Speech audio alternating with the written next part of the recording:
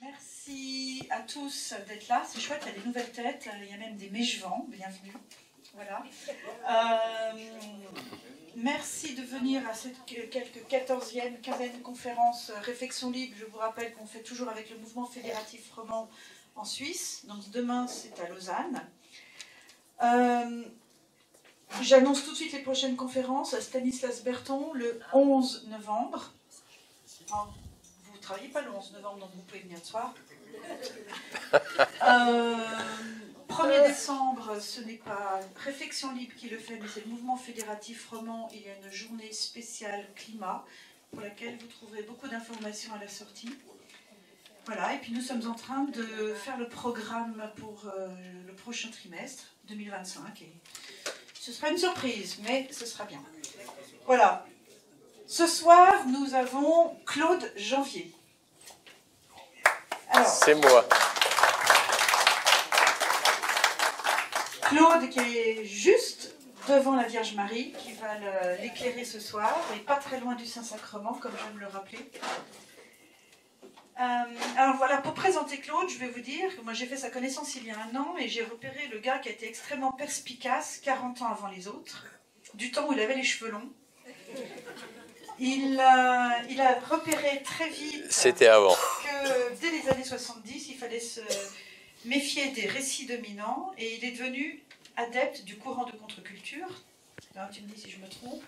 Et tu avais une grande méfiance envers l'État-providence et la société de consommation. C'est tout à fait exact. Voilà, après ça, tu as été obligé de revenir à la réalité, tu t'es fait couper les cheveux et tu as travaillé. J'en ai perdu aussi, mais bon. Tu en as perdu certains. Et maintenant, pour notre plus grand plaisir, tu as décidé de fouiller, creuser, décortiquer et analyser l'actualité pour mettre à jour les véritables informations que nous entendons chaque jour dans nos médias alternatifs. Tu as d'ailleurs écrit, enfin, tu es passé sur Agora TV qui nous filme ce soir très récemment. Tu viens d'écrire un article dans France Soir, j'ai vu, et tu as une télévision, rappelle-moi le nom. Je suis chroniqueur aussi sur une télévision, une web TV qui s'appelle TV ADP. Voilà. J'ai une émission qui s'appelle Libre Parole. Alors, pour nous faire partager tes découvertes, tu as écrit 4 livres. Le virus et le président avec Jean-Louis Zambert. Covid-19, le bilan en 40 questions avec le même compère. Les démasqués, qui est ici en vente ce soir et qui pourra vous dédicacer à la fin de la soirée. Si vous êtes sage. Si vous êtes sage. Et l'État profond français. Ouais. Et alors, en janvier 2025, va sortir, en collaboration toujours avec ton compère Jean-Louis Zambert, L'abandon français, c'est bien ça le titre? C'est ça. L'abandon qui est sur l'abandon de la culture française, l'abandon de la francophonie et l'invasion de la sous-culture américaine. Je veux dire, personnellement, j'ai hâte de découvrir ce livre aussi. Bientôt. Ce soir, tu vas nous parler de la haute finance internationale, son influence néfaste sur la planète, son idéologie mortifère et ses plans pour sauver les peuples. Et tu vas nous expliquer qui, pourquoi, comment. Alors, je te laisse la parole et je laisse Claude râler, car il faut que vous sachiez que sa devise préférée, c'est « Je râle, donc je suis ». Donc, on va l'écouter râler avec beaucoup de joie ce soir.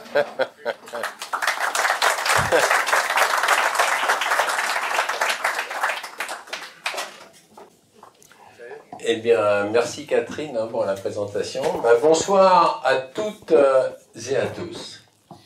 Et merci d'être venus. Et puis je salue ici 2 amis qui viennent de Megève avec d'autres amis. Merci Marie, merci Claude d'être venus de Megève, c'est très sympa. Donc ce soir, je vais vous parler.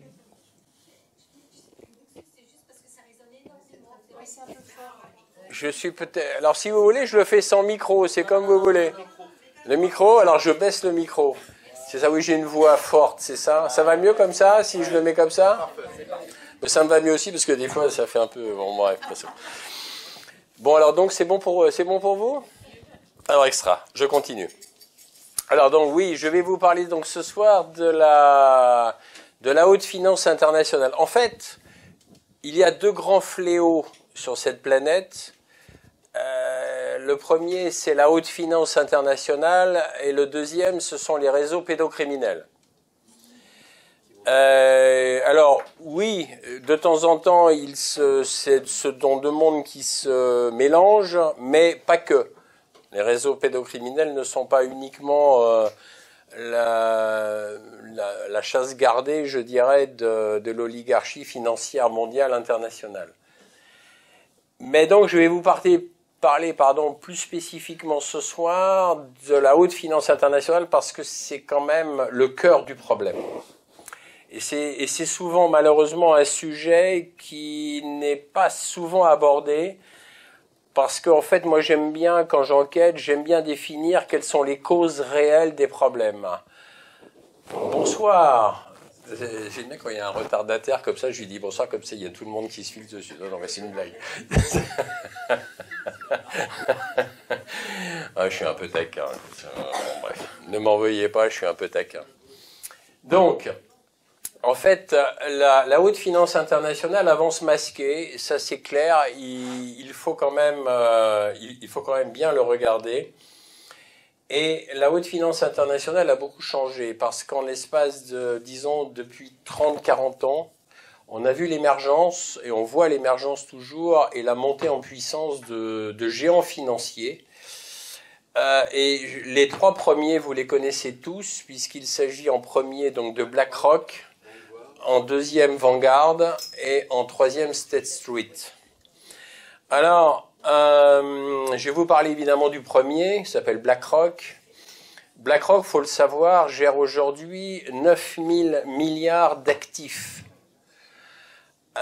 Déjà, quand on commence à regarder les zéros, ce que ça fait sur le papier, ça commence à faire un certain nombre de zéros. Et BlackRock, d'après des calculs d'économistes, mais ce ne sont pas mes calculs à moi, dans les 2027-2030, gérera, s'il continue sur cette montée, va gérer plus de 20 000 milliards de dollars d'actifs, ce qui est quand même énorme. Alors Vanguard, BlackRock, pour l'instant, c'est quoi? C'est ce qu'on appelle en anglais des hedge funds, donc des fonds de gestion. En fait, c'est des fonds vautours, c'est-à-dire qu'ils gèrent des fonds qui ne sont pas à eux, pour des investisseurs, et leur unique but, c'est de faire en sorte que leurs investisseurs, enfin l'argent qu'ils gèrent pour les investisseurs, leur rapporte évidemment de l'argent, donc des bénéfices. En fait, ils ont des participations dans toutes les grandes entreprises occidentales, mais ils n'ont pas des participations dans toutes les grandes entreprises occidentales pour les faire fructifier. Ils ont des participations surtout pour les contrôler et surtout pour continuer à s'en mettre plein les poches. C'est-à-dire que s'ils ont des entreprises à fermer, ils vont les fermer, ils ne vont pas hésiter. Ils ne vont pas hésiter à plonger peut-être 3 000 à 4 000 personnes au chômage. Ça, ils n'en ont rien à faire. En fait, ils ne sont motivés, ces gens-là, que par l'argent. Ça peut paraître un peu fou, mais c'est totalement réel. Bien qu'ils vous affichent évidemment tous des façades de « Ah oui, nous avons créé des fondations humanitaires ». Enfin, les fondations humanitaires, ça leur sert surtout pour défiscaliser, parce que le reste, de toute façon, ils n'en ont rien à faire. Et puis en réalité, je me suis interrogé, je vais faire une petite digression avant de continuer, je me suis quand même longtemps interrogé sur... Depuis 10 ans, j'ai regardé avec ahurissement le nombre de fondations humanitaires qui sont créées aujourd'hui. C'est quand même une usine à gaz. Il y a des usines à gaz humanitaires de partout. Et moi, ce qui me sidère, si vous voulez, c'est qu'au-delà de ces usines à gaz qui se sont créées qui poussent comme des champignons, en fait, ce qui m'étonne toujours, c'est qu'il y a toujours 9 millions de gens qui meurent de faim sur la planète. Il y a toujours 385 millions de gens qui souffrent de malnutrition. Et il y a toujours autant de pauvreté, d'illettrisme et de criminalité, parce que la pauvreté souvent engendre aussi la criminalité. Je dis pas que, mais évidemment c'est un des facteurs. Et puis plus les gens sont illettrés, plus évidemment ils sont facilement corruptibles. Ce qui ne veut pas dire que les lettrés ne sont pas corruptibles. Ça, nous sommes entièrement d'accord aussi. Mais revenons à BlackRock. BlackRock, donc, le problème, c'est qu'ils sont actionnaires donc de toutes les grandes entreprises occidentales, japonaises aussi. de tous les pays anciennement du Commonwealth, comme par exemple l'Australie, la Nouvelle-Zélande. Alors ils ne sont pas en Russie, ça vous étonne, moi pas. Ils ne sont pas tout à fait encore en Chine, la Chine résiste, mais évidemment ils commencent un peu à essayer de prendre des parts un peu partout. Le problème avec BlackRock aussi, c'est que c'est 5000 ordinateurs branchés en réseau. Ils ont un programme pour ça qui s'appelle Aladdin. C'est un acronyme. Ça veut dire Asset Liability, etc., etc. Après le reste, j'ai un peu oublié, mais bon, c'est pas grave. Ce qui est très fort, c'est ça qui est très intéressant avec ces gens-là, c'est qu'ils sont assez forts en communication parce que Aladdin, ben oui, c'est la fabuleuse légende, vous savez, du fils du tailleur Mustapha qui frotte sa lampe à huile et qui fait apparaître un magnifique génie qui va exaucer tous ses désirs. Donc dans le subconscient collectif, ah bah Aladdin, oui, c'est bien. Ah bah non, chez BlackRock, c'est pas bien. Parce que c'est 5000 ordinateurs branchés en réseau qui écrèment tous les jours les bourses internationales. Ce qu'il faut comprendre, c'est que ce sont des robots, ces ordinateurs. Alors ils sont dans des lieux tenus secrets. Même moi, je suis pas arrivé à savoir où ils sont. Ce qu'on sait, ils sont entre les fleuves Missouri et Mississippi. Parce qu'ils ont besoin de beaucoup d'eau pour refroidir tous leurs bâtiments, etc., etc. Le problème de ces 5000 ordinateurs, c'est que ça fausse toutes les bourses internationales. Ça veut dire que la moindre hausse, ils écrèment. Ces robots écrèment. Donc la moindre hausse, ils engrangent tous les jours des millions de dollars. À l'heure où je vous parle, ils sont en train d'engranger des millions de dollars, parce qu'ils ne s'arrêtent jamais. C'est des robots qui travaillent jour et nuit. Et à la moindre baisse, ils se retirent. Mais le problème, c'est que ça fausse toutes les bourses internationales. C'est-à-dire qu'il y a 50 ans, si vous vouliez vous exercer un peu au trading, bah, vous pouviez à l'époque, vous regarder une entreprise X et faire ce qu'on appelait de l'analyse fondamentale. Ça veut dire quoi l'analyse fondamentale? Ça veut dire que vous étudiez une entreprise, vous dites, ah bah tiens, oui, son produit c'est sympa, j'y crois, je vais acheter quelques actions pour en même temps me faire de l'argent à moi, bien sûr, mais en même temps la faire prospérer. Ça, c'était de l'analyse fondamentale à peu près correcte. C'est terminé avec BlackRock. Depuis ces 5000 ordinateurs en réseau, on oublie l'analyse fondamentale. C'est-à-dire qu'aujourd'hui, c'est vraiment une grosse machinerie pour essayer de faire du pognon. Et c'est ce qu'ils font tous les jours. Alors, ils sont actionnaires de toutes les grandes entreprises, ça je vous l'ai dit. Ils sont propriétaires, il faut le savoir, de tous les grands médias américains. Ça veut dire qu'il n'y a plus un seul média américain qui ne soit indépendant aujourd'hui parce qu'ils sont la propriété de BlackRock. BlackRock est très présent chez nous puisqu'ils sont actionnaires de toutes les grandes entreprises du CAC 40. Alors ce qu'il faut savoir, c'est quand ils sont actionnaires souvent entre 5 à 10%. Alors vous allez me dire, ouais, 5 à 10%, bon, ben, ça suffit pas pour prendre en charge le contrôle d'une entreprise. Eh bien si, parce que ce qu'il faut comprendre, c'est que quand vous avez 5 à 10% d'une entreprise, vous avez 5 à 10% d'une méga entreprise. 5 à 10%, ça représente un total de plusieurs millions d'euros ou de dollars d'actions. Ça veut dire que si du jour au lendemain, BlackRock n'est plus en accord avec le PDG d'une certaine entreprise parce qu'ils ne sont pas d'accord simplement pour des divergences de buts et objectifs, BlackRock peut juste avancer la menace qui va retirer ses billes. Et retirer ses billes, c'est une menace de vente d'actions. Automatiquement, un PDG, quand il a ses actionnaires, il n'y a pas que BlackRock qui est actionnaire de grosses entreprises multinationales, il y a aussi d'autres investisseurs, ils disent « Oh là là, on ne va pas prendre le risque, donc on va obéir au doigt et à l'œil à BlackRock ». C'est très intéressant. Donc BlackRock s'assure le contrôle. Je ne vais pas vous étonner si je vous dis que BlackRock est actionnaire de Pfizer, vous savez, Astra, Cracra, là, et Johnson, etc., etc. Hein? Apple, de Windows, de tout. Donc voilà, BlackRock. Alors après, je passe au deuxième, qui est quand même, à mon sens, beaucoup plus intéressant. Pas que c'est pas intéressant le premier, mais... Le deuxième, c'est Vanguard. Vanguard gère 7000 milliards d'actifs. Ah oui, quand même. Pour à peu près une trentaine de millions d'investisseurs. Maintenant, moi, je me suis intéressé beaucoup à qui a créé réellement Vanguard. Parce que Vanguard, ce qui m'a donné la puce à l'oreille, ce qui m'a attiré un peu l'attention, c'est que je me suis aperçu que Vanguard n'est pas coté en bourse. Et là, j'étais très étonné. Je me suis dit, comment une société qui gère 7000 milliards d'actifs ne puisse pas être cotée en bourse? Et là, je dis, tiens, c'est quand même étonnant. Donc, j'ai commencé à gratouiller un peu. Bon, bref.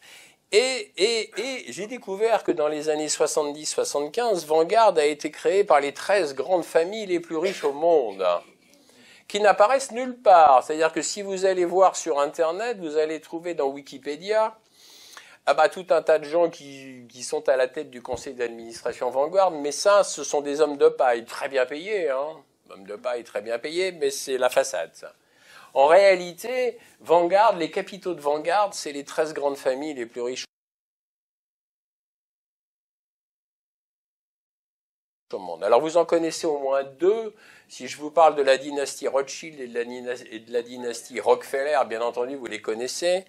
Je ne vais pas vous faire spécialement un speech là-dessus, mais vous avez d'autres familles beaucoup moins connues, comme la famille Orsini, la famille Vanderbilt, la famille Dupont de Nemours, Morgan, ça vous connaissez, la famille royale d'Angleterre. C'est pas parce qu'ils sont immensément riches, mais il y a la City de Londres à côté, donc c'est le carnet d'adresses, c'est les... Bon bref, c'est les copains, c'est voilà le petit copinage. Et récemment, parce qu'ils se cooptent entre eux, ils ont coopté la famille Bush, l'honorable famille Bush. Bref, honorable entre guillemets, bien entendu, vous m'avez compris. Donc,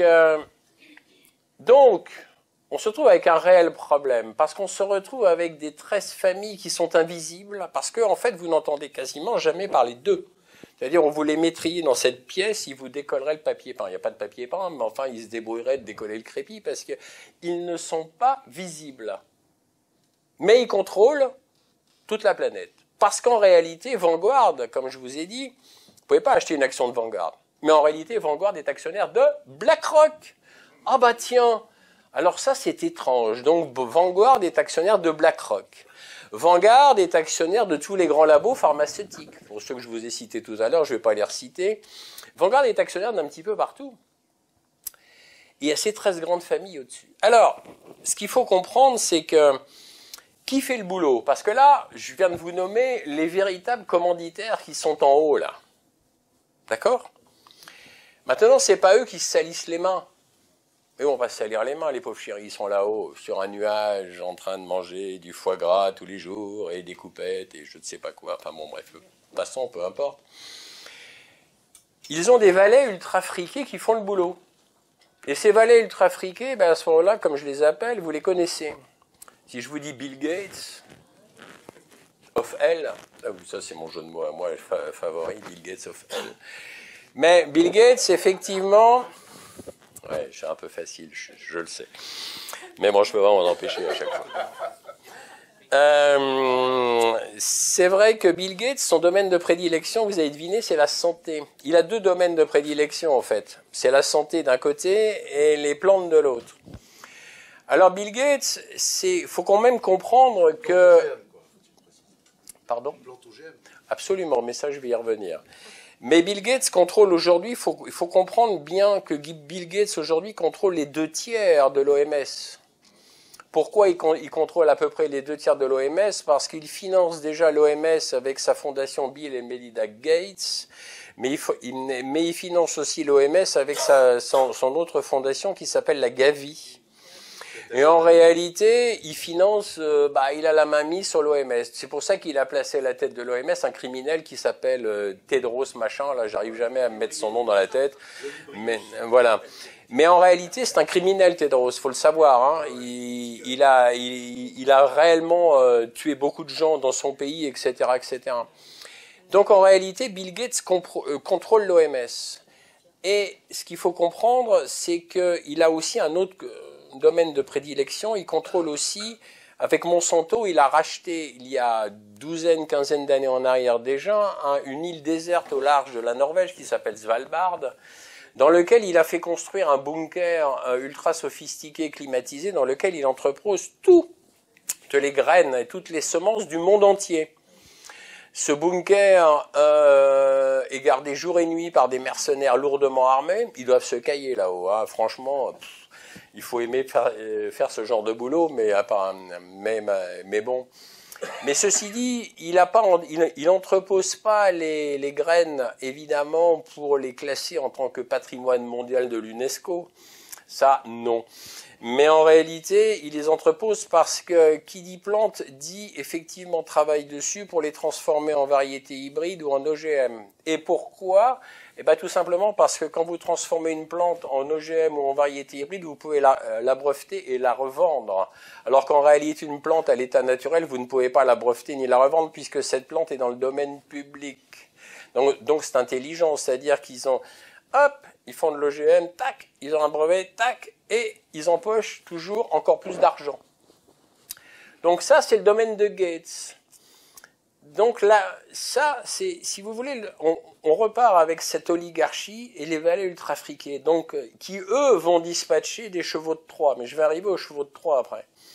À côté de Bill Gates, vous avez George Soros, que je vous présente pas, vous savez, celui qui a une tête fraîchement horrible, là, et que si vous l'invitez à dîner, franchement, vous allez faire une indigestion, parce que le mec, il a pas une tête sympa.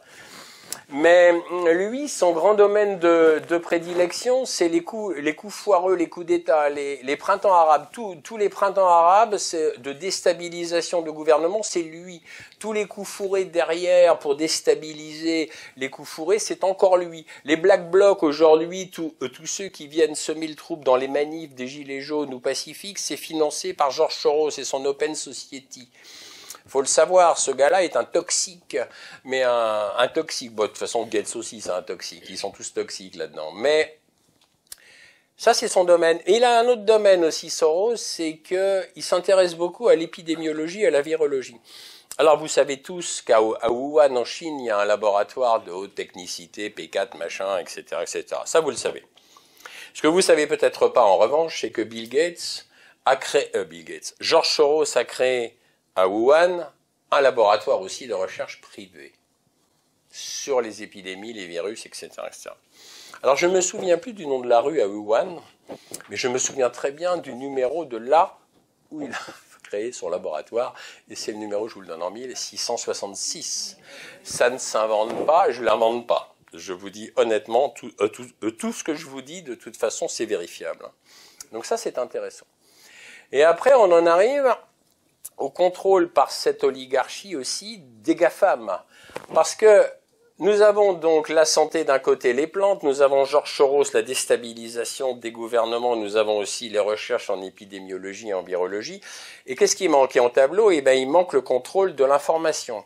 Le contrôle de l'information, c'est les GAFAM, c'est Google, Facebook, Amazon, avec anciennement notre Jeff Bezos international, etc., etc. Alors, c'est vrai que c'est pour ça d'ailleurs qu'on a autant de censure et que dès qu'on poste une vidéo sur YouTube, on se la fait dégager parce qu'il y a les censeurs, les censeurs et ça, je pense que notre ami David qui est là d'Agora TV pourrait presque en témoigner puisqu'ils en sont à la 7e, 8e chaîne YouTube, c'est ça?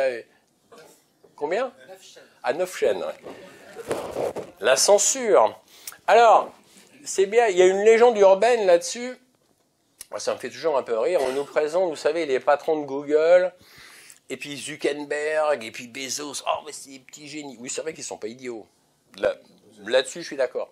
Mais ils ont tous démarré dans leur petit garage, avec leur petite tablette, gna gna gna. Oui. Ben, ça, c'est pas. Mais ce qui n'est pas dit dans la chanson, c'est qu'ils se sont tous fait financer, approchés et financés par la CIA et financés par le fonds Carlyle de la CIA, qui est un fonds souverain privé secret qui a des tonnes et des milliards de dollars. Le fonds Carlyle, c'est un fonds que personne ne peut approcher réellement à part les grands dirigeants de la CIA, faut le savoir. C'est un fonds qui a des ressources inimaginables et c'est un fonds qui s'est spécialisé, je vous le donne en mille, dans les nanotechnologies, la cybersécurité, l'épidémiologie, la virologie, etc., etc. Ça, je vous présente donc là le fonds Carlyle. Et c'est ce fonds Carlyle qui a financé Google, Facebook. Si Facebook aujourd'hui, Mark Zuckerberg est milliardaire, il le doit à la CIA. C'est pour ça qu'il va continuer à censurer, il va continuer à marcher bien droit. Et quant à Jeff Bezos, bah oui, le petit libraire qui a eu l'idée de génie un jour d'envoyer ses livres à les expédier, bah mon Dieu, quelle idée incroyable, je l'aurais pas eu cette idée, tiens donc. Sauf que vous pouvez avoir l'idée, mais tant que vous n'avez pas les finances, vous pouvez toujours vous accrocher. Bref, voyez un peu l'idée. Donc on a l'oligarchie, les valets ultra-friqués, et ce sont ces valets ultra-friqués qui nous envoient des chevaux de Troie pour déstabiliser, détruire et asservir nos sociétés. Alors je suis désolé, hein, ce soir je vais pas vous parler de sujets très drôles, hein, mais ne m'en veuillez pas, mais j'essaye d'être un peu factuel.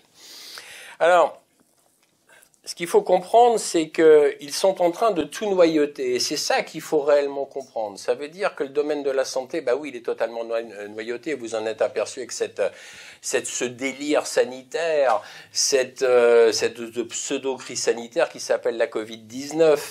Bien évidemment que c'est un coup monté, c'est un cheval de Troie. Ça a été un petit peu un test pour voir si une majorité de la population allait marcher. Ah bah oui, ça, la majorité de la population a marché. Waouh, waouh.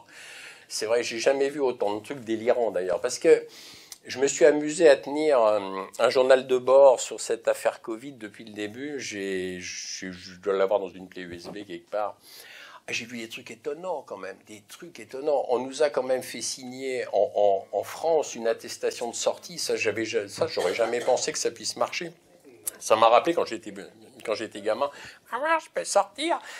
Oui, mon chéri, tu peux sortir. Et là, tout à coup, il fallait se signer soi-même une attestation de sortie et pas faire plus d'1 kilomètre parce que sinon, 135 €. Après, il y a eu les plages dynamiques, souvenez-vous, les plages dynamiques, ça c'est extraordinaire. J'ai des retraités, les mecs quand même, ils étaient lourds quand même, les retraités. Les mecs se sont fait embaucher pour balader. Ah oui, monsieur, vous n'avez pas le droit de vous asseoir. Et pourquoi? Parce que le virus, paf, si vous vous asseyez. Mais alors, si je suis debout, il n'y a pas de paf. Là, ça marche bien, parce que si vous vous asseyez, c'est 135 €. Si vous restez debout, il vous arrive rien. Ah ouais, alors ça, j'aurais pas vu le truc quand même, moi non plus. Jean Castex, c'était pareil d'ailleurs, quand il était ministre, il nous a fait le coup. Alors, boire le café debout, c'est interdit, parce que, paf, le virus. Pareil, si vous vous asseyez, là, le virus, ah ouais, il est passé. Non, mais, et ce qui est étonnant, moi, ce qui, je trouve effarant, c'est qu'une majorité de gens ont marché. Alors là, quand même, je me dis, alors à Paris, on a eu, moi, ça fait un moment que je suis plus sur Paris, mais il y a eu aussi comment ça s'appelait, les vaccinodromes. Alors, je voyais les trucs, il y a des mecs qui faisaient des vidéos, le mec, ils arrivaient en voiture avec l'épaule découverte, et clac, l'infirmière, allez vous garer 10 minutes, et puis si vous ça va pas, oui, d'accord. Les vaccinodromes. Après, il y a eu le bus, vous savez, le bus affrété par Skyrock. Alors ça, c'était pas mal non plus, ça vax.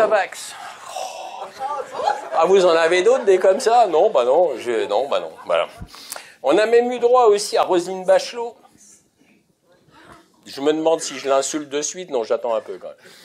Qui, en fait, avait sorti à un moment donné dans une radio de grande radio quand même nationale, elle avait dit, elle parlait du professeur Raoult et de tous ceux qui soutenaient l'hydroxychloroquine. Elle a quand même traité tout le monde sur une grande radio française. Elle a dit, vous êtes des hydroxychloroconards. Alors, la mère Bachelot, ouais, Roselyne quand même.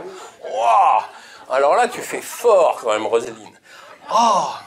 Vache quand même. Et qu'est-ce qu'il y avait d'autre aussi de rigolo? Après, je vais terminer le sujet. Ah oui, le professeur Salomon. Alors lui, grande radio à Noël 2020. Papy, mamie, cuisine, mangez bûche, reste la famille là-bas au salon. Il dit, ouais, c'est Noël? Ah oui, c'est Noël. Ouais. Extraordinaire. Voilà. Mais ça, Alors après, je ne vous parle pas des effets secondaires de tous les liquides frauduleusement appelés vaccins, on est bien d'accord, hein, qui ont créé énormément de morts, malheureusement, et qui en créent toujours. Ça, là-dessus, je ne vais pas revenir parce que vous le savez, mais on en est quand même à... J'avais chopé un chiffre à peu près, mais c'est très dur d'avoir les chiffres. Déjà, en Europe, il y avait à peu près 20 millions de décès dus aux effets secondaires. Je parle de l'Europe occidentale. Chiffres que j'ai pu arriver à avoir, mais il y en a certainement beaucoup plus. Mais on ne saura jamais vraiment l'exacte vérité. Bref. Donc ça, c'est une horreur. Mais ce qu'il faut comprendre, c'est que ça, c'est un cheval de Troie envoyé par cette oligarchie financière mondiale. Après, il y a d'autres chevaux de Troie, vous en avez dans la nourriture. Faut quand même bien se rendre compte aujourd'hui que toute la nourriture, toute la malbouffe, mais je ne parle pas uniquement de McDo et de KFC, ça, bon, on le sait, c'est de la malbouffe, c'est pas bon, c'est gna gna. D'accord. Mais c'est le sucre, c'est-à-dire qu'aujourd'hui, insidieusement, les 3 ou 4 grands groupes agroalimentaires vous servent du sucre quasiment partout. C'est-à-dire qu'aujourd'hui, si vous achetez de la charcuterie sous blister, et je vous invite à le faire et aller dans un supermarché et de regarder, il y a du sucre de partout. Du sucre dans les plats préparés, du sucre dans les charcuteries. Alors évidemment, si vous achetez des sodas, il y a du sucre, etc., etc. Donc de toute façon, il y a du sucre de partout. Et il ne faut pas s'étonner si aujourd'hui, il y a beaucoup de gens qui souffrent des fois de surpoids et de diabète. Mais qui soigne le surpoids et le diabète? Oh, bah... Big Pharma. Et qui est actionnaire de Big Pharma? Oh, bah Vanguard, BlackRock. Bien entendu, c'est un cercle vicieux. Après, il y a un autre cheval de Troie, c'est le climat. Je sais pas, bon là, on va faire bientôt d'ailleurs sur TVADP avec monsieur qui est là. Max, c'est ça? Vincent, ça y est, je me souvenais plus de ton prénom. Hein. On va faire bientôt une grande émission sur les chemtrails, mais bon... Mais ce que vous ne savez pas, peut-être, c'est que ce climat a été complètement déréglé par les Américains, parce que les Américains, ils sont souvent en première ligne quand même pour nous... Bon, bref, je ne vais pas le dire, mais vous voyez ce que je veux dire. Bref, ils ont envoyé dans les années 60-70 une bombe atomique dans la stratosphère. Ça, c'est réel ce que je vous dis. Je me suis procuré un rapport déclassifié, donc je le sais, c'est vrai. Ils ont envoyé une bombe nucléaire pétée dans la stratosphère. Et ils ont créé un immense trou dans l'ozone. Eh ben oui, quand vous envoyez une bombe nucléaire dans la stratosphère, ils créent un peu de dégâts. Depuis, ces abrutis, ils essayent de le reboucher, le trou, mais ils n'y arrivent pas. C'est pour ça qu'avec les chemtrails, ils essayent, alors après, ils se disent, bon, on va faire pleuvoir, on voit ce que ça donne, hein, sécheresse, machin, bon, plus les ondes HAARP, etc. dessus, vous avez le tableau. Ça, c'est le climat. Après, vous avez un autre cheval de Troie, c'est l'escrologie. Vous voyez, c'est même pas l'écologie, je ne suis pas en train de vous parler de l'écologie, de la vraie, je suis en train de vous parler de l'escrologie, ce qu'on nous fait passer pour étendre l'écologie qui n'en est pas. C'est-à-dire, je fais référence ici aux éoliennes, aux usines de méthanisation qui sont beaucoup moins connues que les éoliennes, mais qui sont tout aussi polluants. Et d'ailleurs, qui obligent nos agriculteurs qui marchent dans la combine, d'ailleurs, à ne planter que des plantes maintenant qui ne sont plus nourricières, mais qui vont alimenter les méthaniseurs pour produire du biogaz à environ... On a 1400 méthaniseurs en France quand même, il faut le savoir, qui ne produisent que 0,6% de gaz. Fantastique et fabuleux. Ça encore, c'est fait pour détruire, c'est pas fait pour aller dans le bon sens. Donc les éoliennes, bon, je vous passe les détails, hein, vous le savez, les éoliennes aujourd'hui, on peut pas les recycler, on est obligé d'enterrer les pales, les batteries sont pas recyclables, les blocs de béton sont quasiment indestructibles, mais tous ces abrutis de gouvernants et beaucoup d'élus, évidemment, s'engouffrent là-dedans parce qu'il y a du pognon à se faire. Au bout d'un moment, ça finit par être énervant quand même. Donc, mais là aussi, c'est fait exprès. C'est fait exprès pour envoyer les gens sur de mauvaises directions et surtout faire en sorte que les sociétés continuent à dégringoler. Vous voyez un peu le... Donc en fait, ils agissent sur tous les tableaux. Et il y a un tableau bien évidemment douloureux aussi, c'est toute l'éducation sexuelle promue dans nos écoles et dans nos collèges, à grand renfort d'écrits, de décrets et de lois et de programmes stériles et pervers émanant de l'éducation nationale, où maintenant on a des drag queens qui effectivement à Bordeaux comme à la mairie de Bordeaux font des spectacles devant nos bouts de choux, Et on a effectivement de plus en plus une éducation sexuelle qui se veut débridée et qui se veut sympa, incitant les gamins maintenant qui ont entre 5 et 8 ans à se dire « Oh, tu peux changer de genre, mon petit. C'est-à-dire que si tu ne te trouves pas bien en tant que mec, pof, tu vas te transformer en nana. » Non, mais c'est criminel. Et ils ont pris, là je parle encore de cette oligarchie, et ils ont pris évidemment le plus cinglé comme maître à penser pour cette histoire d'éducation sexuelle. Il s'appelle Alfred Kinsey. Oui. Alors Alfred Kinsey, je vous brosse le tableau 2 secondes, c'était un entomologiste éleveur de guêpes.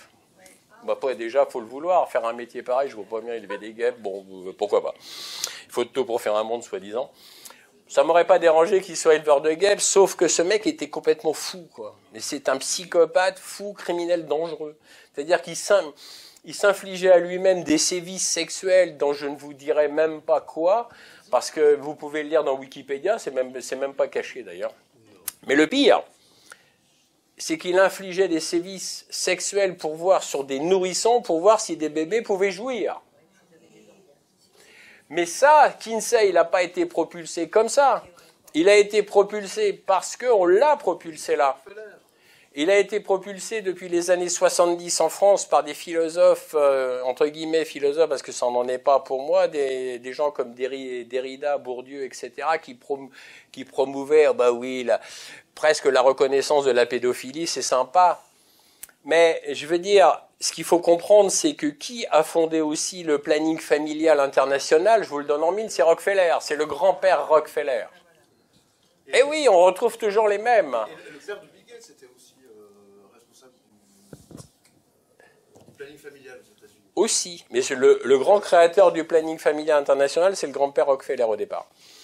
Comme c'est lui d'ailleurs qui a poussé aussi le grand-père Rockefeller, toute la Big Pharma, hein, tous les laboratoires pharmaceutiques et tout, c'est lui le père aussi où toute la médecine s'est engouffrée comme un seul homme derrière Big Pharma.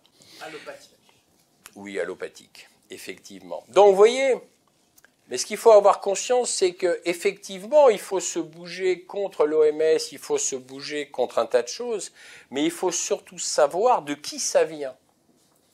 Alors après, pourquoi ils le font? Parce que ça aussi, c'est intéressant de le comprendre, parce que là, je vais expliquer le qui, d'accord, le comment. Maintenant, il faut savoir pourquoi ils le font, quelle est leur idéologie. Et leur idéologie, elle vient d'un monsieur qui s'appelle Léo Strauss, qui était un juif allemand, en fait, adepte du nazisme quand même, il faut le savoir.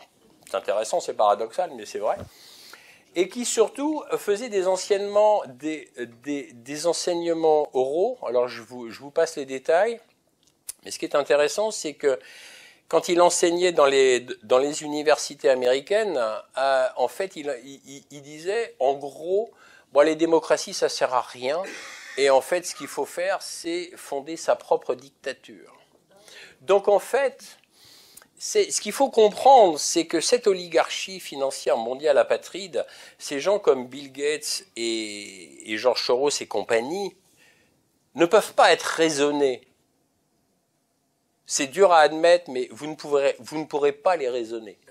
En revanche, c'est impossible parce que ces gens-là, ils ne marchent pas comme vous et moi. Ils ne vont pas dans... Nous, vous savez, vous comme moi, on n'est pas des saints, il n'y en a pas sur cette planète, sinon ça se saurait. Mais je veux dire, on a tous eu nos moments d'égarement, on n'a pas toujours fait que des actes positifs, c'est évident. Mais au moins, on a essayé, du moins je le pense, puis de toute façon je le crois aisément, on a tous essayé de se remettre en cause et d'aller dans la bonne direction. Mais eux, pas. Du tout. C'est-à-dire, ils se lèvent le matin avec l'idée folle de continuer à engranger de l'argent et de contrôler la majorité de la population planétaire et d'accroître leur puissance et de détruire ceux qui vont se mettre en travers de leur route et se couchent le soir avec la même idée. Ils ne vont pas du tout dans un sens positif, donc il n'y a rien à comprendre avec ces gens-là. Il n'y a même pas une analyse à faire avec ça. La seule analyse qui est à faire, c'est que ce sont des psychopathes. Alors évidemment, ils sont bien habillés, ils présentent bien, ils ont fait des études, ils sont en costard-cravate, ils sont à la tête de millions, mais ce sont des cinglés. Mais vraiment des cinglés. Et j'insiste sur ce point parce que c'est un point qui souvent, malheureusement, est mal cerné, mal compris. Parce que malheureusement, on a du mal à s'imaginer que des gens peuvent être aussi fous et aussi mauvais. Eh bien, malheureusement, ça existe. Ça existe. Il faut pas ne vous leurrez pas. Aujourd'hui, les deux guerres affreuses qu'on a sur la planète, c'est-à-dire le conflit russo-ottanusien via l'Ukraine ou le conflit israélien, Palestine, Liban et Syrie, parce que ce que vous savez pas, c'est que la Syrie, on n'en parle jamais, mais la Syrie se prend des bombes sur la tête depuis 2011 du shérif israélien. Je vais vous dire honnêtement, ça aussi, on a deux conflits-là qui ne sont, en fait, qui ne tiennent le choc que grâce à cette oligarchie financière mondiale. Parce que ce que je vous ai pas dit, c'est que BlackRock, Vanguard sont actionnaires de toutes les usines d'armement. Évidemment des États-Unis et évidemment de France et des pays européens. Il ne faut pas s'imaginer, en France, vous vous dites, mais pourquoi en France on est tombé aussi bas? Ben, on est tombé aussi bas, je vais vous livrer une statistique incroyable, c'est la France est passée quand même en 2024, deuxième pays qui vend le plus d'armes au monde, juste derrière les États-Unis, nous sommes que 68 millions d'habitants. Non mais il faut quand même le faire, quand même. Mais il y a une autre statistique aussi que je vais vous livrer et qui ne va pas vous faire plaisir, qui moi ne m'a pas fait plaisir, c'est que la France est passée, alors elle aussi, entre la deuxième et la troisième place, de consultation de sites pédophiles dans le monde et de création de sites pédophiles. Juste derrière les États-Unis d'Amérique. Encore les États-Unis d'Amérique. Alors j'ai rien contre le peuple américain, ne vous méprenez surtout pas. Mais j'ai tout contre, effectivement, les politiciens américains et les complexes militaro-industriels américains. Et j'ai tout contre un peu cette mentalité anglo-saxonne des dirigeants anglo-saxons. Parce que quand même, ce sont eux qui nous pourrissent la planète depuis les années 1880 quand même. Parce que j'ai écrit un billet il n'y a pas si longtemps que ça sur le sujet, où j'ai recensé un peu le nombre de morts générés par les anglo-saxons, les dirigeants anglo-saxons. Alors, je vais vous dire, c'est assez édifiant. Je suis arrivé au total, un petit total, 500 millions de morts depuis 1880. C'est simple, 1880, les deux guerres de l'opium, générées par les Anglais parce qu'ils ont voulu soumettre les empereurs chinois pour cultiver de l'opium en Chine. Les Chinois n'en voulaient pas de l'opium. Les Anglais se sont dit, on va pousser parce que ça va nous rapporter du pognon. Deux guerres, de l'opium, 120 millions de morts. Ensuite, les Anglais se sont dit, on va coloniser l'Inde, les Indes. Ah bah oui, la Compagnie des Indes, les petits sachets Twinning, tea bag et tout, c'est sympa, tea time, 5 o'clock, ouais, 100 millions de morts. Bien. Ensuite, quoi? Eh ben, les Philippines, le Guatemala, les guerres de Corée, le Vietnam, les deux bombes atomiques non nécessaires au Japon et qu'ils ont balancées sur le Japon, parce que ça aussi, le Japon était sur le point de capituler. Si vous voulez, par 3 fois, le Japon avait demandé sa capitulation aux Américains, mais les Américains ne voulaient rien savoir, ils voulaient balancer leur saloperie de bombes, tout simplement pour expérimenter après. Parce que vous savez ce qu'ils ont fait après, une fois qu'ils ont balancé les deux bombes atomiques sur le Japon? Eh ben, ils ont envoyé des toubibs. Ah, vous vous dites, c'est bien, ils sont partis soigner les enfants japonais? Du tout. Pas du tout. Ils les ont observés. Ils ont observé leurs plaies et leurs brûlures sans les soigner. Sympa. Très sympa. Après, il y a eu, depuis le 11 septembre, ça a été le déchaînement pour les Américains. Ça leur a donné un blanc-seing, cette histoire de tours jumelles. Bref, passons. Ouais, c'est l'Irak. Allez, on y va. Soi-disant, l'Irak avait des armes de destruction massive. Que dalle, oui, l'Irak n'avait rien du tout, c'était un mensonge éhonté. Et depuis, il y a eu l'Afghanistan, l'Irak, la Libye, la Syrie, enfin bref, tout le Proche-Orient est à feu et à sang. 4 millions, je crois qu'on en est à 4 200 000 victimes civiles. Je ne parle même pas des militaires. Donc ça, c'est les anglo-saxons. Donc en fait, ils ont tué 500 millions de personnes à peu près depuis 1880. En Europe, nous sommes 448 millions d'habitants. Donc, ils ont tué plus que l'Europe. Sans compter les vaccins. Effectivement. Donc, il faut avoir conscience, si vous voulez. Je ne suis pas anti-américain, qu'on ne se méprenne pas. Mais je suis anti-politique américaine et anglo-saxonne, ça c'est sûr. Parce que quand même, au bout d'un moment, ça va bien, quoi. Ça va bien. Donc voilà, c'est ça qu'il faut arriver à comprendre. Il faut arriver à comprendre que le problème de tous nos maux, MAUX, eh bien, c'est cette oligarchie financière mondiale apatride. Il est là le problème. Il est vraiment là. Et ça, c'est un énorme problème. D'ailleurs, dans mon livre, j'ai fait une petite citation, je vais vous la lire in extenso parce que je ne la connais pas par cœur. Quick. J'ai bien aimé parce que pour une fois, Napoléon Bonaparte, c'est pas un monsieur que je vénère particulièrement, mais bon, là je reconnais qu'il avait fait une citation intéressante. Il avait dit, lorsqu'un gouvernement est dépendant des banquiers, ce sont ces derniers et non les dirigeants du gouvernement qui contrôlent la situation, puisque la main qui donne est au-dessus de la main qui reçoit. L'argent n'a pas de patrie, les financiers ne sont pas des patriotes et n'ont aucune décence. Leur unique objectif est le gain. Napoléon Bonaparte. Mais il a raison, il avait totalement raison. Ce qu'il faut comprendre, c'est que leur unique objectif à cette oligarchie financière mondiale apatride, c'est le gain. En réalité, voilà, c'est pour ça que c'est bien d'identifier qui, comment et dans quel but ils le font. Parce qu'à partir du moment où on le sait, on peut le dénoncer. En fait, je sais, vous allez peut-être me dire, mais qu'est-ce qu'on peut faire? Eh bien, qu'est-ce que vous pouvez faire? C'est le dénoncer. Faire comme, pas comme moi forcément, de faire des conférences, mais vous pouvez le dénoncer effectivement autour de vous. Vous pouvez dire, au fait, à un moment donné, il faut peut-être arrêter et se documenter un peu plus. Parce que le problème, c'est qu'il y a énormément de gens qui ne sont pas documentés. Et le problème, c'est que beaucoup de gens ont des opinions. Ah oui, ça, j'en croise tous les jours, moi, des gens qui ont des opinions toutes faites. Ah, ils savent tout. Ah oui, ils savent tout. En réalité, ça ne veut rien.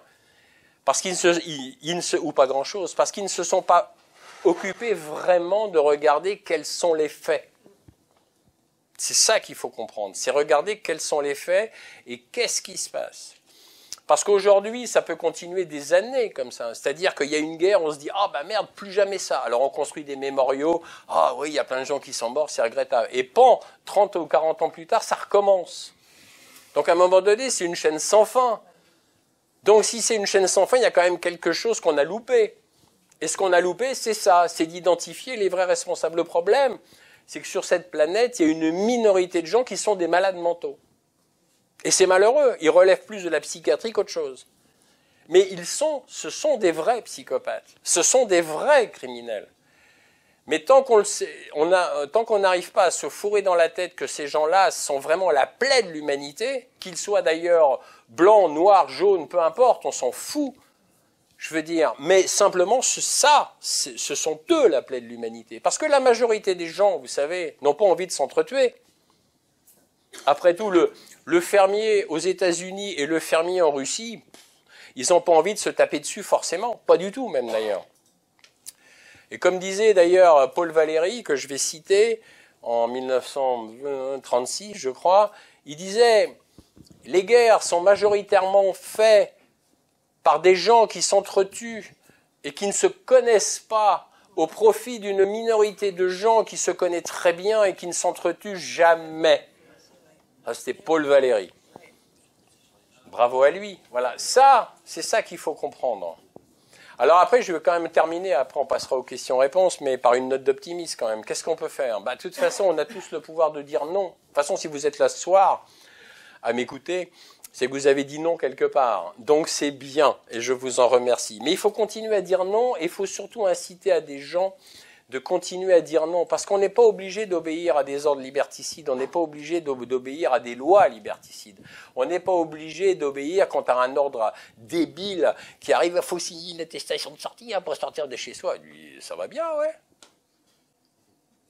Moi, j'ai jamais porté un masque, et mon épouse non plus. Alors, il y a plein de gens qui m'ont dit « Ah, vous allez vous prendre un PV !» Ouais, d'abord, j'ai jamais pris de PV, j'aurais pu, effectivement.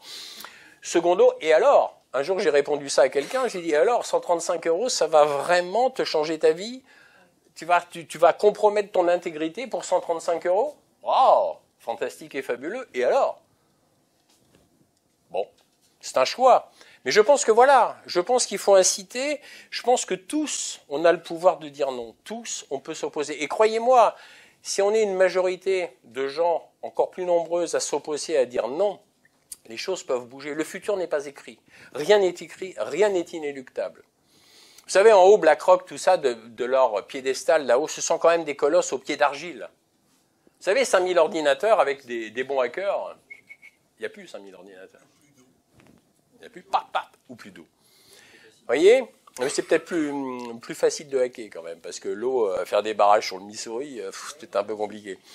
Mais vous voyez, ce sont des colosses au pied d'argile, c'est-à-dire que demain, si une majorité de gens n'est pas d'accord, eh bien, la majorité de gens n'est pas d'accord. Point. Et alors?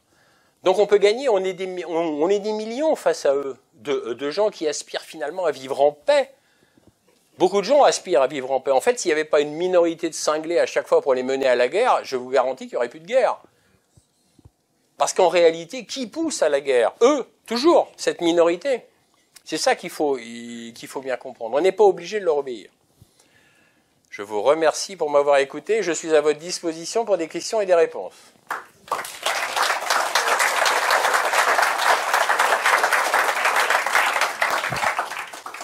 Je porte juste le micro. Merci, très intéressant, enrichissant. Vous avez une idée du lien entre ces familles, enfin, ou ces BlackRock, Vanguard et compagnie, et la CIA? Ah bah oui. Clarifier. Bah, c'est quoi? de toute façon, le fonds Carlyle de la CIA, il tombe pas du ciel. Donc effectivement, il est financé par Vanguard.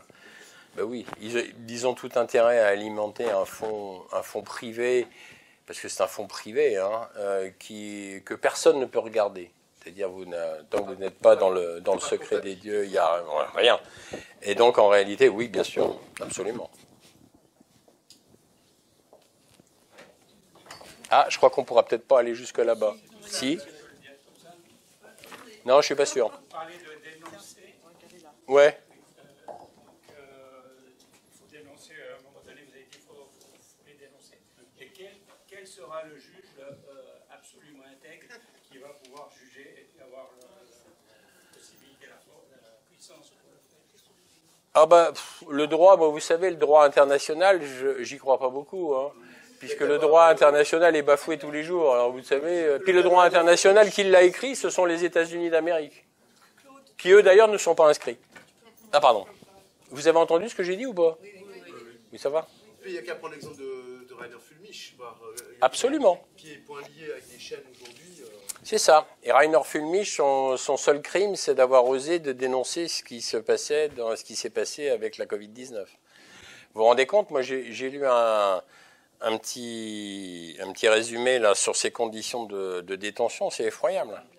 Il est fouillé au corps sans arrêt. Vous savez ce que c'est, une fouille en corps quand on est en prison? C'est terrible, hein. Vous êtes à poil et on vous palpe, etc., etc. Hein. C'est une horreur. Hein.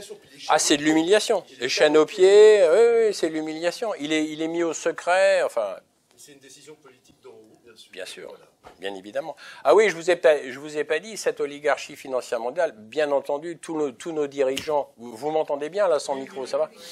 Tous nos dirigeants en Europe, évidemment, ont été placés par cette oligarchie financière mondiale apatride, hein, que ce soit Emmanuel Macron ou Olaf Scholz, etc., etc. Ah bah Van der Leyen, c'est presque encore pire, puisque de toute façon, elle est illégitime au poste de Bruxelles, puisqu'elle n'est même pas élue par le peuple, puisque Bruxelles, je vous ai pas dit, parce que c'est pas trop le sujet de la... Enfin si, finalement, ça rejoint, mais je vous ai pas dit que Bruxelles, bien évidemment, n'est pas dirigée par les députés européens. Bruxelles est dirigée par des commissaires qui ne sont pas élus par le peuple. Mais vous savez, cette histoire de commissaire, c'est assez grave, parce que, justement, je vais vous livrer un scoop quand même. Je vais vous livrer un scoop parce qu'un de mes amis avocats, Maître Roland Sanvitier, pour ne pas le nommer parce que je l'aime bien, il est avocat au barreau de Paris, il est fondateur d'une association qui s'appelle Justice et Démocratie, et il est cofondateur du prix Giovanni Falcone, où il remercie chaque année un magistrat qui se bat pour enrayer le trafic de drogue. Parce que là aussi, le trafic de drogue, évidemment, est continuel par cette oligarchie. Et effectivement, ce qui est intéressant, c'est qu'il m'a envoyé une pépite. Et cette pépite, c'est fou quand même. Figurez-vous qu'elle a été enregistrée au journal officiel français, donc le 22 septembre 2024. Donc c'est officiel, que nous avons au sein du Quai d'Orsay, donc du ministère de l'Europe et des Affaires étrangères, nous avons une délégation générale de la mondialisation. Une direction générale de la mondialisation. Ce qui est intéressant, c'est que j'ai parcouru le document. Et là, j'avoue que j'étais assis, heureusement, d'ailleurs, j'ai dit quand même, ah ouais, quand même, à ce point-là. Ce qui est intéressant, c'est que on s'aperçoit à la lecture de ce document qu'en fait, ce sont des technocrates qui ont tout pouvoir de décision à la place du ministre. C'est-à-dire qu'ils peuvent signer des actes, des arrêtés, des décisions et des actes. Ils ne peuvent pas prononcer un décret. Mais tout acte, décision et notification, ils peuvent le faire. Et on se retrouve avec une armée de technocrates, donc dans notre beau pays, qui couvre, et je vais vous dire, j'ai listé un peu en regardant le document, j'ai listé un peu les sections et ça couvre tout. Donc nous avons une armada de technocrates qui sont des gens qui en général sont des hauts fonctionnaires d'État, bardés de diplômes. Donc cette direction générale de la mondialisation va couvrir les pays du G7 et du G20, va couvrir les énergies, les normes économiques, l'intelligence artificielle, la cybersécurité, les télécommunications, les données numériques, le développement humain, l'environnement, le climat, la gouvernance démocratique, comprenne qui pourra, parce que alors, ça m'a laissé un peu frais.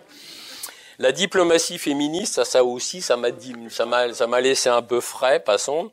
L'éducation, le domaine de la culture des médias, l'enseignement supérieur, l'Asie, l'Amérique, la coopération, dépenses, régularisation, engagement, liquidation, langue française, l'éducation, donc comprenez sous-entendu la destruction d'eux, parce qu'on est bien parti pour ça, le développement durable, les collectivités territoriales et la société civile. Donc, nous avons un État profond français qui est totalement inféodé à l'État profond mondial, donc à cette oligarchie financière mondiale apatride. La preuve par 9, puisque ça vient d'être dûment enregistré au journal officiel de la France le 20 septembre 2024. C'est intéressant quand même, hein? Oui, madame.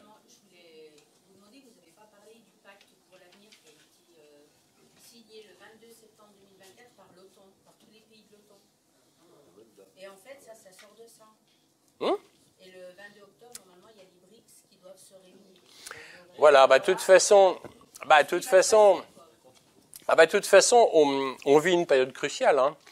On vit effectivement un moment, c'est un peu crucial, parce que soit c'est le monde unipolaire voulu par les USA, l'Europe occidentale, parce que malheureusement on est en plein dedans, puisqu'on est les vassaux quand même des USA. Donc le monde unipolaire, USA, Europe, Israël, Qatar, pardon ? Nos dirigeants sont leurs vassaux. Oui, mais le problème c'est que tout est... oui, on est bien d'accord. Avec le Japon, parce que le Japon est quand même aussi inféodé aux États-Unis malheureusement, et les anciens pays du Commonwealth comme l'Australie et la Nouvelle-Zélande. Donc ça c'est le monde unipolaire, et le monde multipolaire voulu par les BRICS, donc Fédération de Russie, Chine, Brésil, Inde, Iran, Syrie, etc. Enfin tous les pays qui ont été désignés comme non alignés par le shérif américain, évidemment. Alors effectivement, aujourd'hui, on a l'hégémonie du dieu dollar qui est en train de vaciller, puisque effectivement, si c'est le monde multipolaire qui l'emporte, bien évidemment, l'hégémonie du dieu dollar va en prendre un petit coup dans le nez. Et là, on peut très bien avoir effectivement des transactions internationales qui se passent en monnaie chinoise, en yuan, et éventuellement en rouble, etc., etc. Mais c'est effectivement, on est au carrefour des chemins. C'est-à-dire que là, soit c'est ce monde unipolaire dévastateur qui l'emporte, soit c'est l'autre monde des... Alors, je ne dis pas que le monde des BRICS va être parfait, hein. Ça, on le sait pas. Moi, quand on me pose la question, je me dis, on a goûté le monde unipolaire, 500 millions de morts, on va peut-être essayer de goûter le monde multipolaire. Après tout, on va pas risquer grand-chose, hein. Voilà. En gros, c'est ça. Et Trump dans cette affaire?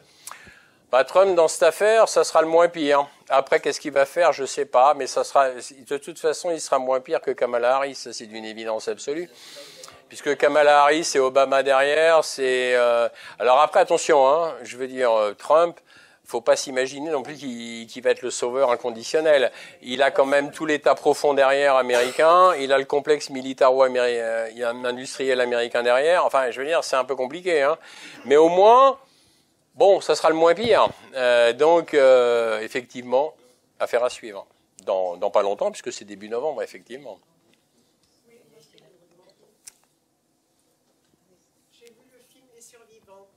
Oui. C'est très impressionnant. Et donc, c'est la pédocriminalité. Mm. Ah bah oui, oui, c'est de mon ami Pierre Barnarias qui a fait le film. Quel lien avec Le lien de la pédocriminalité, c'est vrai que j'ai pas beaucoup abordé le sujet. Le problème de la pédocriminalité, c'est que ça touche un peu toutes les couches sociales. Alors le problème, c'est que dans cette oligarchie financière mondiale et de tous ces gens ultra friqués, on s'aperçoit de plus en plus, depuis l'affaire Epstein et là récemment l'affaire du rappeur, là, comment il s'appelle, Puff Daddy, là, que effectivement, bon bref, il se passe quand même des drôles de choses et qu'il y a des gens qui sont un peu... Alors vous savez, le problème, c'est que quand il y a des personnalités qui sont invitées dans ce genre de soirée où la drogue circule, où l'alcool circule, où la drogue circule, c'est très facile après, quand vous avez quelqu'un qui est plus tout à fait dans son état normal, de lui présenter une jeune minette de 15-16 ans, mais qui en paraît 18 ou 20. Donc, je vais pas les dédouaner, hein, mais je veux dire, ce qu'il faut comprendre, c'est qu'après, tout le monde se tient. Par la barbichette, si vous voulez. Vous savez...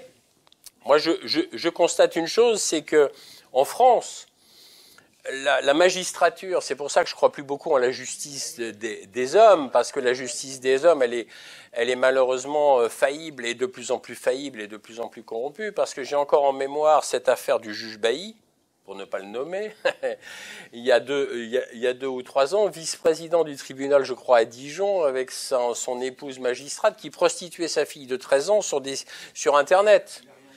Magistrats tous les deux. Alors, ce qui est quand même un peu fou, c'est qu'il prostitue sa fille. Oui, non, mais d'accord. Mais il prostituait quand même sa fille sur des sites pédophiles. Il faut quand même en avoir l'idée, quand même. Le gars, il est jugé, et il a fait appel, il se prend 3 ans avec sursis. Et son épouse magistrate n'est même pas condamnée. Ah, moi, je sais pas, j'aurais une fille de 13 ans, je la prostitue, je me dis, non, mais c'est quoi ce délire, là? Et le gars, il est même pas condamné. Mais ça veut dire quoi? Ça veut dire que les magistrats qui l'ont jugé ont été très complaisants. La justice n'est pas indépendante. Ben non, elle l'est plus. Eh ben non, elle l'est plus. Mais de toute façon, j'avais... C'est pas possible. Donc voilà. Et le problème, c'est qu'on n'a pas de corps de justice qui est suffisamment intègre pour remettre dans le droit chemin les gens. Si on avait un corps de justice suffisamment intègre, le premier qui s'écarte du droit chemin, PAM, une petite claque sur le museau, terminé, la personne, elle file droit. Mais on n'a pas ça. On a des juges qui... Vous savez, moi j'ai encore en mémoire à Saint-Lô, en Normandie, la cour d'assises, un gars qui avait violé deux étudiantes. La cour d'assises le relaxe, parce qu'il n'avait pas les codes culturels. Sans déconner. Parce que dans son pays, son code culturel, c'était aussi de violer les nanas. J'en crois pas une seule seconde. Donc on se dit, mais on marche sur la tête, là. Le gars, il n'a pas les codes culturels. Non, mais sans blague.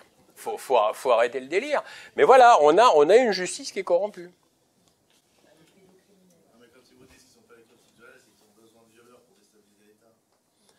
Non, mais aussi, mais si c'est pareil, si on a une justice compétente, le gars, c'est bon, on le retoque, quoi, basta, quoi. Je veux dire, ça y est, quoi. Et à un moment donné, ça le fait pas, quoi. On a deux dernières questions là-bas au fond. Monsieur, allez-y. Oui, bonsoir, merci pour votre conférence. Il y a une question que je me pose, je ne sais pas si vous avez investigué dans cette direction, mais je suppose qu'on doit avoir le pendant de l'ouest à l'est, c'est-à-dire côté Russie et côté Chine, et l'Inde peut-être, je ne sais pas. Est-ce que vous avez cherché dans cette direction, voir si on a les mêmes oligarchies qui dirigent de leur côté un système à peu près identique, avec moins de puissance peut-être, et peut-être moins visible, je ne sais pas. Parce que j'entends toujours du côté ouest, mais j'entends pas aussi du côté est.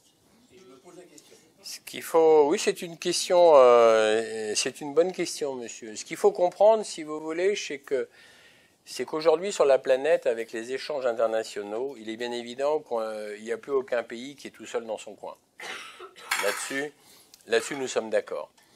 Maintenant, ce qu'il faut comprendre, c'est qu'effectivement, il y aura un État profond en Russie, il y en a un. Il y a un État profond en Chine, c'est d'une évidence absolue. Il y a un État profond aux États-Unis, mais il y a des États profonds partout. Après, la bonne question, c'est est-ce que cet état profond va dans le sens du bien-être des peuples, va dans le sens du bien commun, ou pas? C'est ça la bonne question. Moi, si vous voulez, je m'en tiens au fait. Je regarde le PIB russe quand le mur de Berlin, oui c'est ça, s'est effondré. Le PIB russe à l'époque était au 36e dessous, la Russie était au 36e dessous. Depuis, Vladimir Poutine, il peut être critiquable, certes, mais n'empêche que quand on regarde le PIB russe à l'époque et quand on regarde aujourd'hui, il n'y a pas photo. Donc ce qui veut dire qu'il a amené plus de bien à la société russe et au peuple russe que de mauvais. Xi Jinping, c'est un peu pareil. Il peut être critiquable, le Parti communiste chinois, le crédit social à la chinoise. Oui, oui, c'est vrai. Mais est-ce que le PIB en Chine du chinois moyen a évolué depuis Mao Tse-tung jusqu'aujourd'hui ou pas? Force est de constater qu'il y a de plus en plus de Chinois qui aujourd'hui mangent à sa faim, alors qu'avant, c'était pas évident, hein. Donc après, c'est pas des saints ces gens-là, mais bien évidemment que c'est pas des saints. Maintenant, ils essayent d'aller dans le sens du bien-être. Voilà. Et ça, c'est vrai de tous les pays sur la planète. Oui, absolument. Mais non, non, parce qu'en France, l'évolution du PIB en France, Pour revenir sur, il a augmenté. oui, il a augmenté. Vous décrivez, pour revenir sur Oui. les excès que vous décriviez auparavant, il a augmenté aux États-Unis. Je ne suis pas du tout états-unien, mais il a Alors, aux États-Unis, il faut faire attention avec les arguments un petit peu. à ceci près qu'aux États-Unis aujourd'hui, vous avez 100 millions de pauvres, qui n'existaient pas il y a... c'est-à-dire que la Russie était très pauvre, donc si vous voulez, elle monte. Aux États-Unis, moi je suis allé plusieurs fois aux États-Unis il y a un peu plus d'une trentaine, quarantaine d'années. J'avais jamais vu de SDF couché par terre dans des tentes. Or aujourd'hui, vous allez à Los Angeles sur Hollywood Boulevard, c'est jonché de tentes. J'en ai pas vu. J'ai des amis qui sont allés en Russie. Honnêtement, ils sont revenus, ils m'ont dit qu'il n'y en avait pas. Alors après, Allez voir les métros. vous savez, moi, en France, c'est pareil. Est-ce qu'il y avait des gens sous des tentes à la sortie du périph' parisien? Non, j'ai habité 20 ans à Paris avec mon épouse, j'avais encore jamais vu ça. Maintenant, quand je vais à Paris, il y a des SDF de partout qui, malheureusement, couchent dans des tentes quechua à la sortie des périphes, etc. L'Europe, je me suis penché un peu sur la statistique de l'Europe. En 96, l'Europe comptait à peu près 20 millions de pauvres. Aujourd'hui, 2024, et c'est des statistiques officielles, vous pouvez les vérifier sur Internet. Aujourd'hui, l'Europe, on a dépassé les 100 millions de pauvres. Je parle pour l'Europe occidentale. Une dernière question. Quel est le régime politique, à votre avis, qui permettrait de lutter contre les excès que vous décrivez, qui sont dus à la démocratie? Déjà, des régimes politiques qui arrêtent d'obéir à une équipe de la finance internationale qui est au-dessus.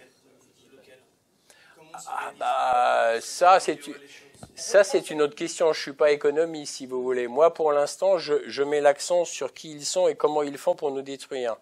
Après, c'est à des gens de bonne volonté d'essayer d'imaginer qu'est-ce qu'on peut faire. Mais déjà, si en France, par exemple, on reprenait, à mon sens, notre souveraineté, c'est-à-dire qu'on sorte de Bruxelles, puisque Bruxelles, pour l'instant, nous enferme dans un carcan. Voilà. Régime politique, vous savez, c'est moi, je pense que tout ce qui peut s'approcher d'un monarque bienveillant, c'est bien. Je dis bien bienveillant. Voilà. Après, parce que le reste, moi, la démocratie, vous savez, la démocratie, pour l'instant, en France, elle nous a amené l'impôt sur le revenu, beaucoup plus, et l'inflation. Donc moi, les régimes démocratiques, pour l'instant, si c'est une vraie démocratie, je suis d'accord, mais pour l'instant, force est de constater que On a une dernière question là-bas, monsieur. Plusieurs, on va faire celle qui est plus importante. Pour revenir sur l'astrologie, oui. on a oublié de parler d'un mensonge phénoménalissime, qui est le mensonge sur le CO2. Ah oui, bien sûr. Avec les 415 particules par million et les 115, tous les plantes-meurs. John Clauser qui dit que... Je vous suis complètement. Mais vous savez, au cours de la conférence, je peux pas tout, sinon j'en aurais pour 3 heures. Alors c'est pas qu'au bout d'un moment, vous allez un peu tomber. Mais voilà. Voilà. Alors ceci dit, tout ce que je vous ai exposé là, effectivement, est vérifiable. Tout est sourcé dans mon livre aussi. Parce qu'en fait, ce livre que j'ai en fait rassemblé les preuves qui existaient. Parce qu'en fait, je ne les ai pas inventées, les preuves. Hein. J'ai été fouiné, de les assembler. J'ai essayé de faire un ouvrage à peu près le plus clair possible et le plus digeste possible, le plus accessible plutôt possible, pour rendre un peu tous ces sujets quand même très compliqués, d'arriver à faire quelque chose qui... Pardon ? Ah oui, je pense. Bah, si la personne le lit, pourquoi pas ? Après tout, bah oui. Mais après, il faut le lire, voilà. En gros, c'est ça. Donc, je suis à votre disposition pour une dédicace aussi. Voilà, donc, achetez le livre. Merci.